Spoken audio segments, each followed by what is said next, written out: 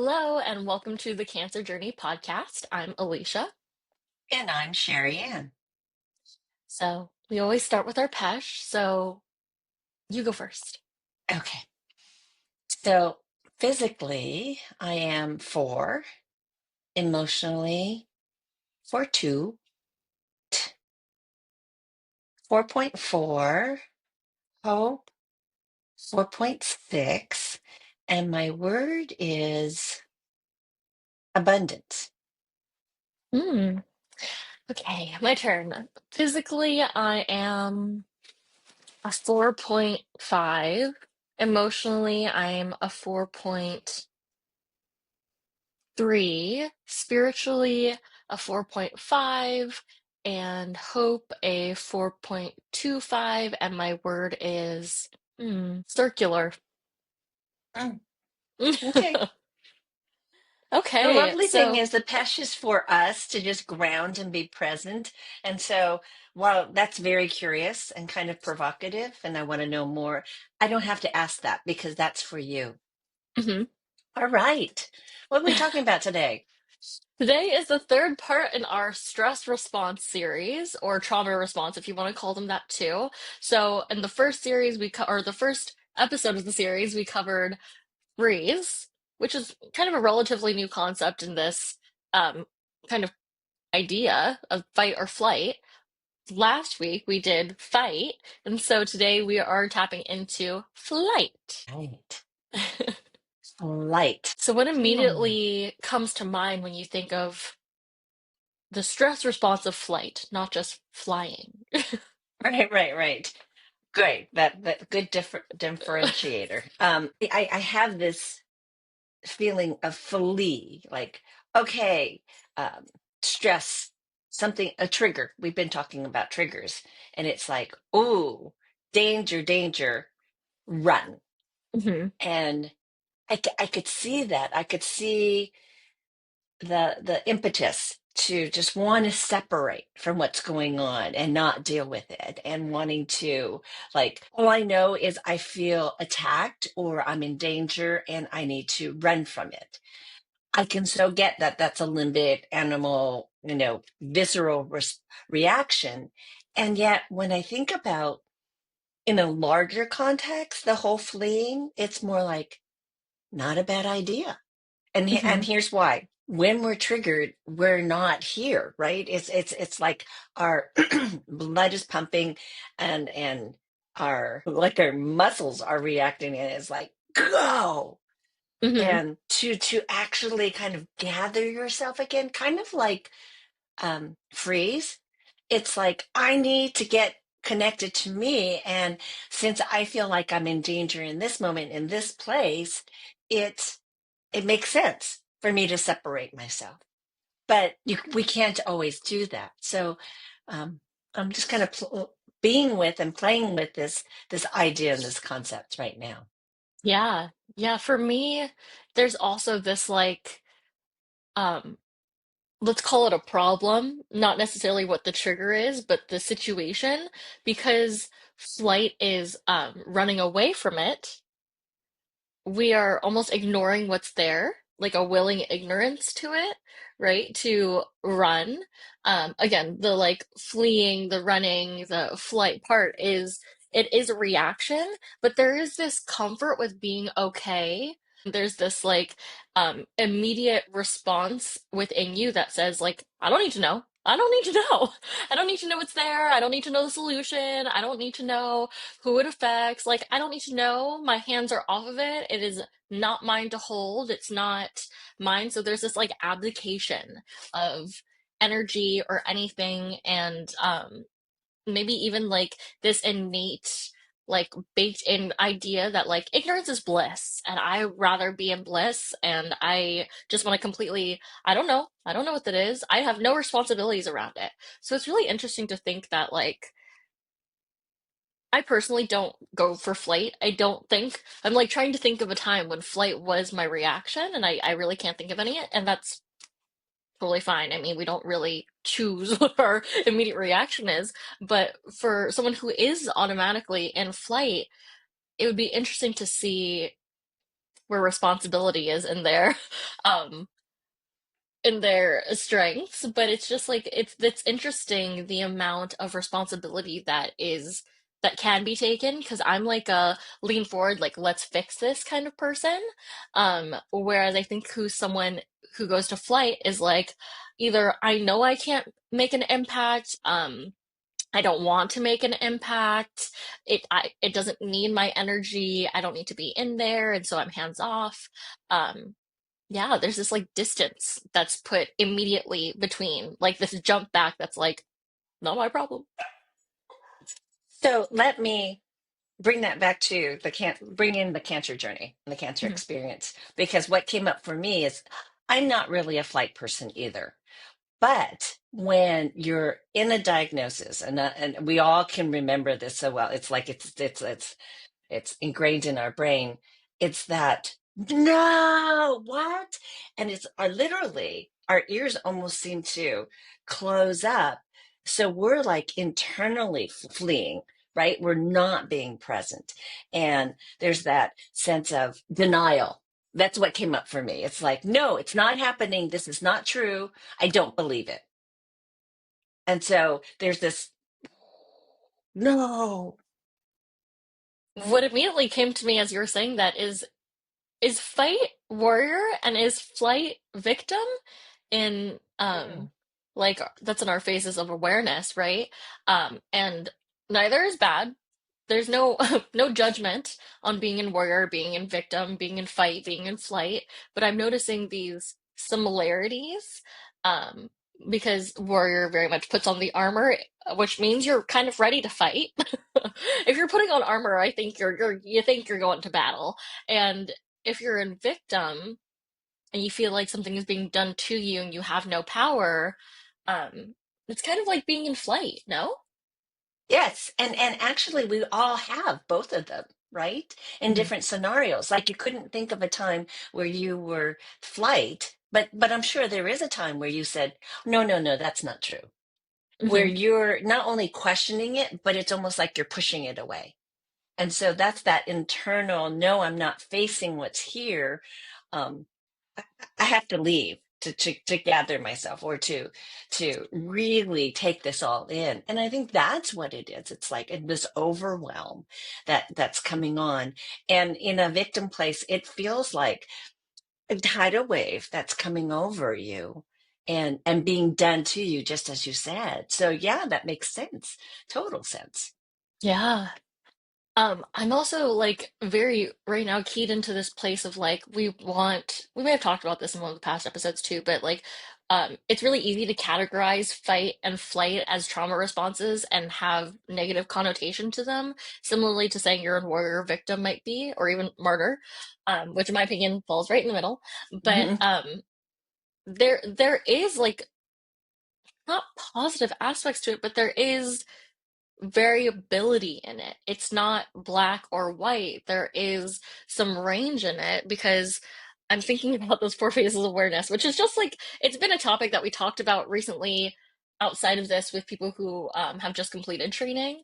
And so the other stages are big picture and soul's journey, right? And so it Mhm. takes some of those experiences and it just like kind of lifts them up in a way that gives you a lot more control and a lot more clarity and recognition of whether you're leaning towards warrior or victim. So just like our curriculum's so great, it really covers that without saying so much before, right? Because like in our curriculum, in our training, we don't necessarily say fight or flight responses. And literally allude and connect them with our four phases of awareness. But like even as we're talking about it now, like I'm realizing you know, that they're there and there is a lift to them to become utilizing those experiences and to make a choice to do something better and feel more aligned with yourself instead of feeling like you're a slave to whatever reaction you have. Yes, absolutely. I What I'm loving about this is that it's almost looking at the fight and flight, the trauma responses as information, as helpful places for you to go. First off, because it's so instinctual. It's just what happens.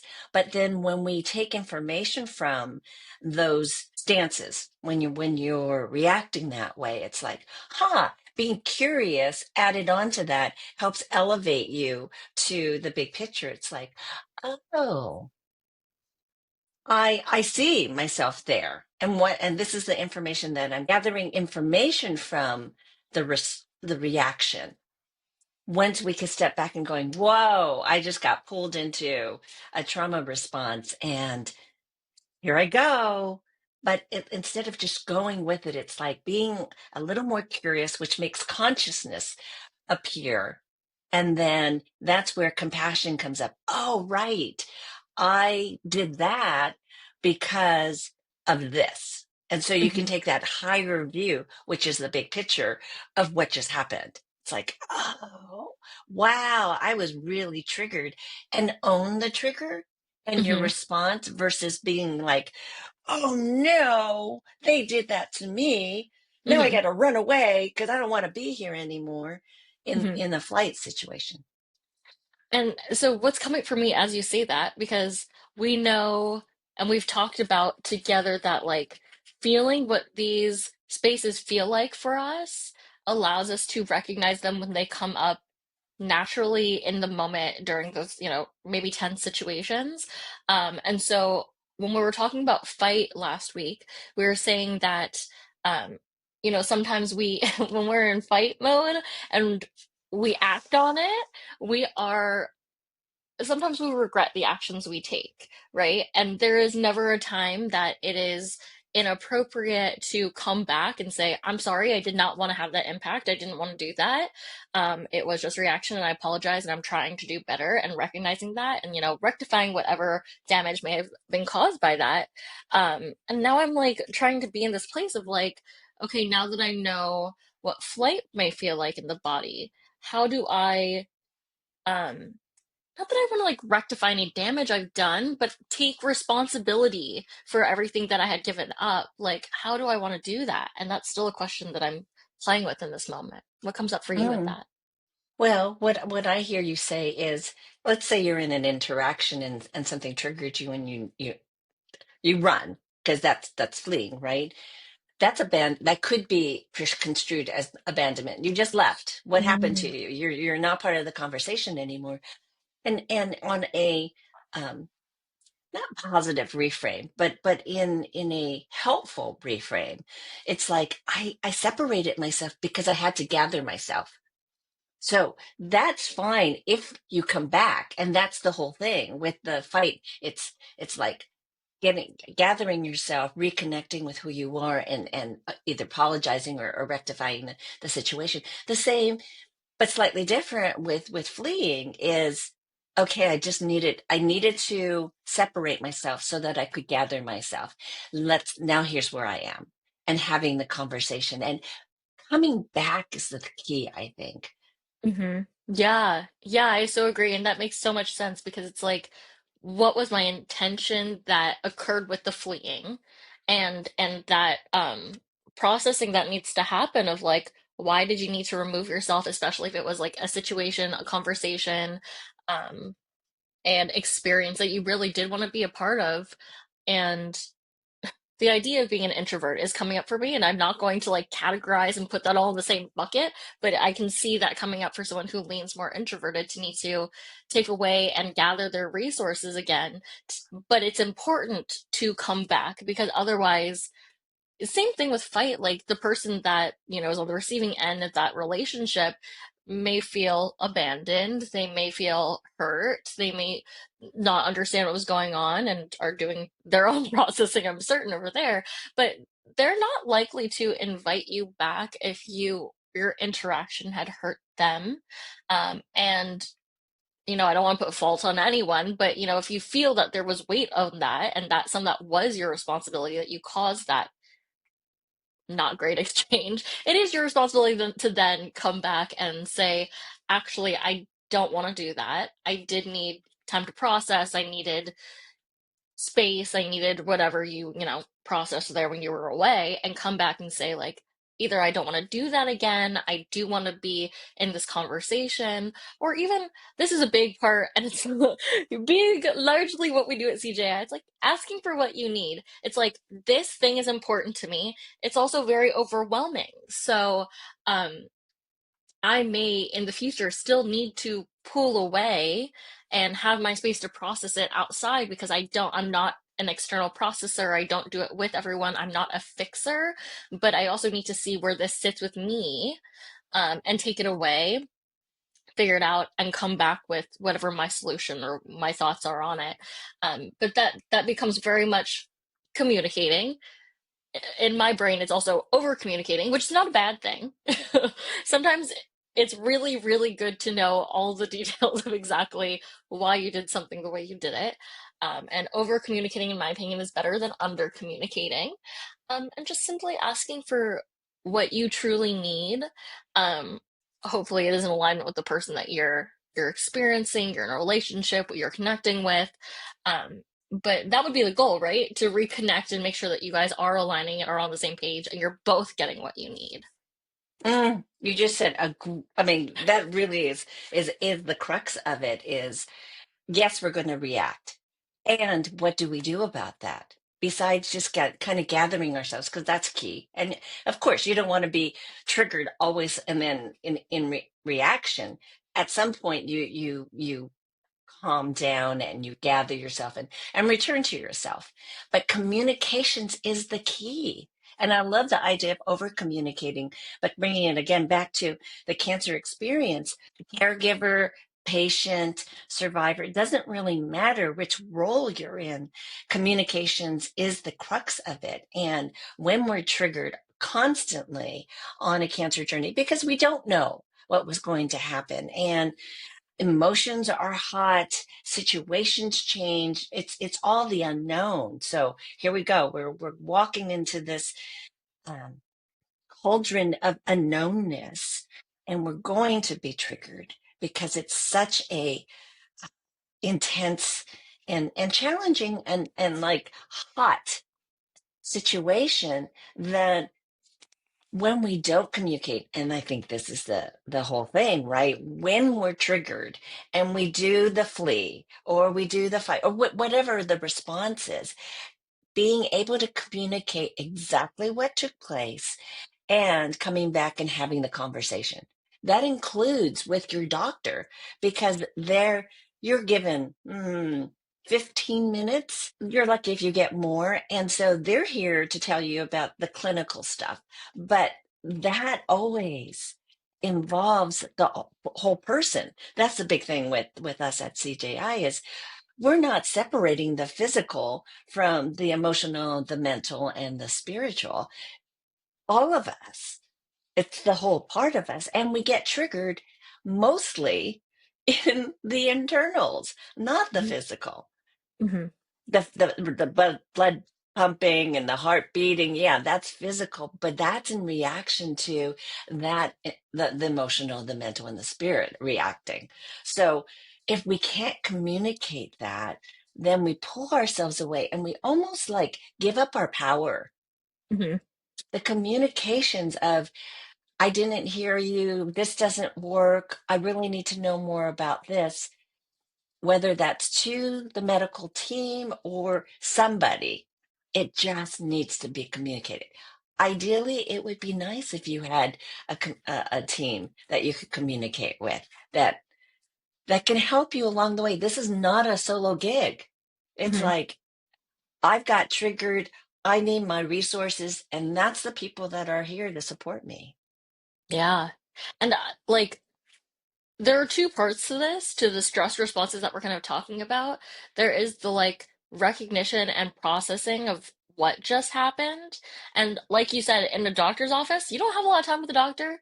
Like, even when you're there, most of the time you are not even with the doctor. You're with like some nurse or someone who's like collecting the information too, and they're part of your care team. But there's a lot to process. There's a lot that's being asked of you as well, so you feel like you have to deliver, but they're asking you to deliver not necessarily how you feel, which is what we're really geared in on, right? Like they may ask like what's your pain right now, but they don't necessarily ask you like how do you feel? They're not taking your pesh. We're hoping that that could change. Who's listening? Hello. But we're asked to process so quickly, and not everyone, most people don't process that quickly, and we should not really have to be expected to. It would be ideal if in our society we are given more time and grace and understanding around the time needed to process and come to a decision that we've been able to play out that really works for us. So that's part one, really, of this whole stress response thing is processing, recognizing, and seeing what it really feels like and recognizing it so that when it does come up we can fix it. And the other part is the communication part with those who are affected, with the people around us. And it is a different kind of recognition, but it's almost like a to me, it's a larger one because it really can cause that ripple effect, right? Because when you're cognizant and you're sharing that with more people, like not that they're questioning this in a bad way, but they can start to have that piece like in their mind where it's like, oh, am I recognizing that in myself? How I'm showing up in that situation? Or like, oh, how's that working for me? Am I recognizing that space for myself? If they're giving themselves that grace, am I giving myself that grace? And that can kind of emanate out, but also it can change relationships, can change things for the better because if we don't communicate what we need, no one knows what we need, and then we can't have what you need or even just what you want. Because if you just like keep it up here or keep it in this processing to yourself, and that processing can be journaling, it can be talking to your coach. Honestly, I put that in the processing rather than the communicating. But there's something that really sticks when you say what you really mean and what you really, really want to say and be known for to the people that are being affected and the people who are integrated into your life that way.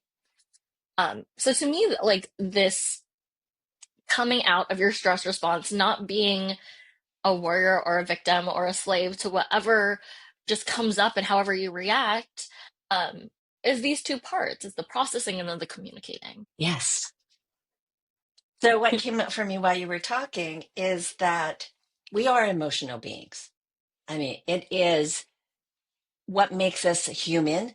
It is feeling the emotions or being aware of an emotion and then trying to understand what that's about. I mean, because I do think that some animals feel, but they don't do anything about it. Hmm. Fight and flight, obviously, yes. But now we're talking about going deeper. And so I think that these triggers are really helpful because they're saying something just happened and we need to pay attention. And it's something important enough for you to react the way that you did. So, yes, do what you need to do until you can get in touch with yourself. It's like that immediate reaction. And it's like, okay, well, if I totally poop on the whatever's going on, I can clean up the poop with whomever I'm doing that with. Or if I flee and I've left them alone, then I can come back and have the conversation. But what's happening to us Hmm. is that getting reconnected, communicating not only with everybody else, communicating with me. Hmm. What's going on? What am I feeling? Once I can name the feeling instead of being in this shock and awe of the trigger response, the stress response, it's like I danger. What's the danger? Okay, I felt like my life was at stake. That's definitely how I felt at a diagnosis. But when somebody says something and it almost feels like a slap, it's like, what happened? Oh, I just felt can't think of a word, but like attacked. Like I needed to defend myself or separate. It's like getting close. Do you see how hard it is? Because when you're in that stress place, it's like I don't know, and it's this slowing down. Oh, I got hurt. Wow. Okay, now let's deal with the hurt. What's the hurt about? And I'm not talking about the pain in the body. It's like, what's that emotional hurt? And being able to articulate that to yourself first. Hmm. Yeah. How'd that land? Yeah, I mean, I am like right there with you. Um, I'm just gonna pause for a second because you're frozen for me, and I don't know if that's you or me. Okay, you're back. Um, it might That's be, you. You're all yeah, pixelated. okay. But I'm still moving, right? Okay. I might be on a bit of a delay now, but that's okay. Well, now you're frozen. Okay. I'm gonna do my takeaway. So my takeaway is this is a fun topic. I really like this topic.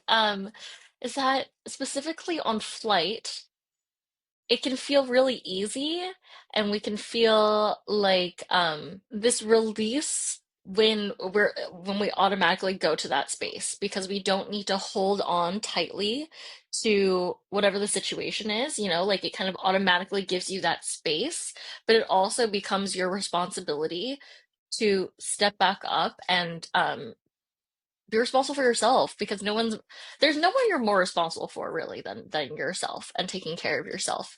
And for me it's kind of also the aha that about the four phases of awareness, there's that, but also the aha that to move forward from your stress responses is to recognize and process and then communicate it with the people around you.